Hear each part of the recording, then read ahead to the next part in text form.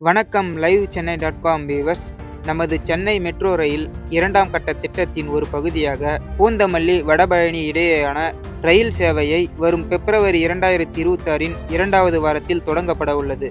இது குறித்த விரிவான தகவல்களை இந்த செய்தி தொகுப்பில் விரிவாக பார்ப்போம்.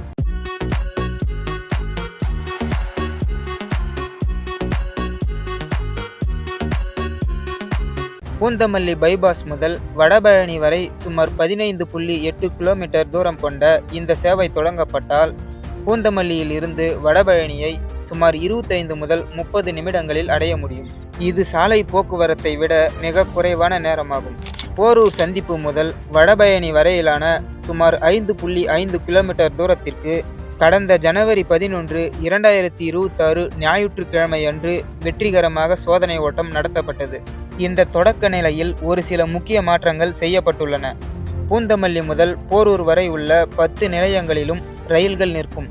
மேலும் போரூர் முதல் வடபழனி வரையிலான இடைப்பட்ட நிலையங்கள், அதாவது ஆலப்பாக்கம் முதல் சாலிகிராமம் வரை இன்னும் கட்டுமான பணியில் இருப்பதால் தொடக்கத்தில் அங்கு ரயில்கள் நிற்காது.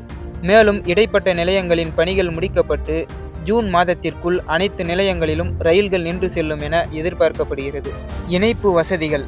வடபழனியில் இரண்டாம் கட்ட மெட்ரோ வழித்தடம் ஏற்கனவே பயன்பாட்டில் உள்ள முதல் வழித்தடத்துடன் இணைகிறது. மேலும் பயணிகள் இரண்டாம் கட்ட பாதையிலிருந்து இறங்கி முதல் கட்ட மெட்ரோ நிலையத்திற்கு செல்வதற்காக ஆகாய நடைபாதை அமைக்கப்படுகிறது. இதன் மூலமாக பயணிகள் கோயம்பேடு, ஆலந்தூர் அல்லது சென்ட்ரல் பகுதிகளுக்கு எளிதாக மாற முடியும். முக்கிய சிறப்பம்சங்கள். இந்த வழித்தடத்தில் ஆலப்பாக்கம் மற்றும் ஆழ்வார் திருநகர் இடையே சுமார் 4 கிலோமீட்டர் தூரத்திற்கு இரட்டை அடுக்கு மேம்பாலங்கள் அமைக்கப்பட்டுள்ளன. இதில் ஒரு மட்டத்தில் சாலை போக்குவரத்தும் மற்றொரு மட்டத்தில் மெட்ரோ ரயிலும் இயங்கும். தொடக்கத்தில் பாதுகாப்பு காரணங்களுக்காக மற்றும் சிக்னல் சோதனைகளுக்காக ரயில்கள் சற்று குறைந்த வேகத்தில் இயக்கப்படும். சிக்னல் முறை முழுமையடைந்த பின் வேகம் அதிகரிக்கப்படும். தற்போதைய நிலை. இந்திய ரயில்வே பாதுகாப்பு ஆணையத்தின் CMRS முதல் கட்ட ஆய்வுகள் முடிந்துவிட்டன. மேலும் ஜனவரி இறுதி வாரத்தில் இறுதி கட்ட பாதுகாப்பு ஆய்வு நடைபெறும். அதன் பின் முறைப்படி பிப்ரவரி 2ஆம் வாரத்தில் பொதுமக்கள் பயன்பாட்டிற்கு திறக்கப்படும்.